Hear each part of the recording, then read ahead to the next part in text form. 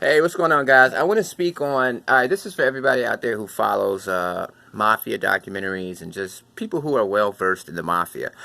Okay, the conspiracy theory has always been Joey Gallo sent that black cameraman to that Italian civil rights parade to kill Joe Colombo.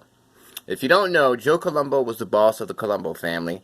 It used to go by another name. It was the Profaci family. Profaci died. Colombo took over the family. Colombo, he was a gambler. He ran gambling houses and things like that. A lot of people weren't happy with the decision of having the family not only go to him, but change to his name. But Carlo Gambino liked him, and that was like Carlo Gambino's nephew. And Carlo Gambino was pretty much the power behind Joe Colombo. And if you know anything about the mob, Carlo Gambino is the mob. No questions asked. Don Carlo. So, yeah, man.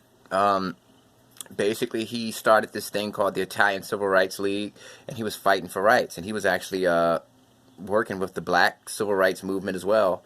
And he had some famous people from the civil rights movement, the black civil rights movement, speaking at the Italian civil rights thing. So it was cool because it was a legitimate thing, but he was stealing all the money and using it for rackets. It was another racket because he would charge the Italians membership fees, monthly membership dues, and he would use that money for crime. Carlo Gambino didn't like it. Carlo Gambino told him several times to stop being in the limelight, get somebody else to run that organization.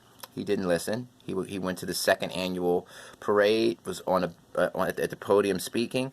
A black man who was posing as a cameraman, news cameraman, shot him. And everybody said, oh, Joey Gallo did that. And simply because Joey Gallo had a relationship with Harlem. Joey Gallo was, he knew a lot of black guys from Harlem. He met some black guys in prison, became friendly with them. So everybody on the streets knew, okay, Joey Gallo hangs out with black people. Even in the Greg Scarpa FBI files, Greg Scarpa was informing on the Colombo family from day one, from like 1959 to 1992.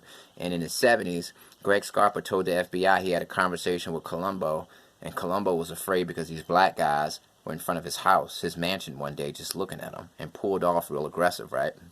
They didn't do anything, but he was shook up by that, and he thought they were sent by Gallo. Here's the thing. Carmine Persico hated Gallo, and he hated Colombo. Greg Scarpa, look at the FBI files in the 70s. Joe Colombo told Greg Scarpa that he wanted Persico dead. He wanted to kill Persico. He said that Persico needs to die. He's a snake. Right? Next thing you know, Colombo's dead. And everybody's blaming Joey Gallo. When people say, if you go to the people who knew Joey Gallo and ask them, give me 3 words to describe Joey, they'll say calculated, intelligent, duplicitous. So he was hobnobbing with famous literary types, famous actors. He was famous. He was hanging out with the local New York celebrities up in Chelsea and Soho. He was hanging out with the celebrities. He was an intelligent dude. He wasn't this stupid dude that would just. First of all, why would Joey Gallo send a black guy to kill Colombo? Joey Gallo knew that everybody would blame him because everybody knows him as the guy that's friends with the blacks. He knows the blacks. But Persico knew that as well. Persico knew if I send a black man to kill Colombo, they're going to think that Gallo did it. And then I can kill Gallo.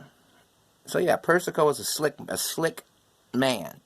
Trust me, Colombo said, if Persico has it his way, he's going to snake his way to the top. We got to get him before he gets us.